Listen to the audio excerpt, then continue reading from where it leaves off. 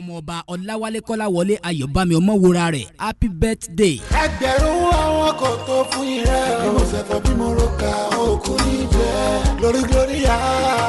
ó dára ká máa ka iye ọjọ́ wa kó lè máa tọ́ ọkàn wa sí ipò ọgbọ́n àti ọ̀nà òdodo. ìdí nìyí tí a fi ń kí ọlọ́jọ́ ìbí tòní ọmọọba ọláwálé kọ́láwọlé ayọ̀bámi ọmọwúrà rẹ̀ GMG Achievers Global Enterprises pé wọ́n kú oríire ọjọ́ ìbí lónìí ọjọ́ 4 oṣù kẹta ọdún tí a wà yìí 4th March. pẹ́pẹ́pẹ́ lòun ṣe ń lé arọ́ kẹ́ẹ̀gbó kẹ́ẹ̀tọ́ kẹ́ẹ̀dàgbà bíi ará òrọ̀. ìgbà ọdún lónìí ọdún kan ló máa jẹ́ fún yín. àmín lórúkọ Jésù. ọmọọba ọláwálé o ó yá ẹ jẹ́ n kí yín lórí kí ilé àwọn bàbá yín ẹ̀yin nìjẹ̀ṣà òṣèré onílẹ̀ obì ẹlẹ́ni àtẹ̀ẹ̀ká ẹlẹ́ni ẹ̀wẹ̀lẹ̀ ọmọ olóbì wọ́wọ́ ń tiwọ́ ọmọ olóbì wọ̀wọ́ ń tiwọ̀ ọmọ olóbì tó ṣòjónú àpòpò èyí tó bá fẹ́ ni awọ̀ sápò ẹni èyí tí ò fẹ́ ni awọ̀ sínú igbó ẹranko búburú àrò mú panu ìjẹ̀ṣà tí ò rí di ìṣáná ìlẹ̀lẹ̀rú ọ̀wá tí múná roko ẹ̀yin lọ́mọ aláyà ló lè gbélé ńlá ọmọ olóbì kan àjẹfọwọ́ra ń dí alọ́mú ọmọọba ọláwálé kọ́láwọlé ayọ̀bámi ọmọwúrà rẹ̀ ẹ kú ewu ọjọ́ ìbílẹ̀ kan sí àṣeyí sàmọ́dún àṣàmọ́dún sẹ̀mí ẹni tó ní ká máa kí yín ni aláṣẹ àtolùdarí iléeṣẹ́ CC Ventures.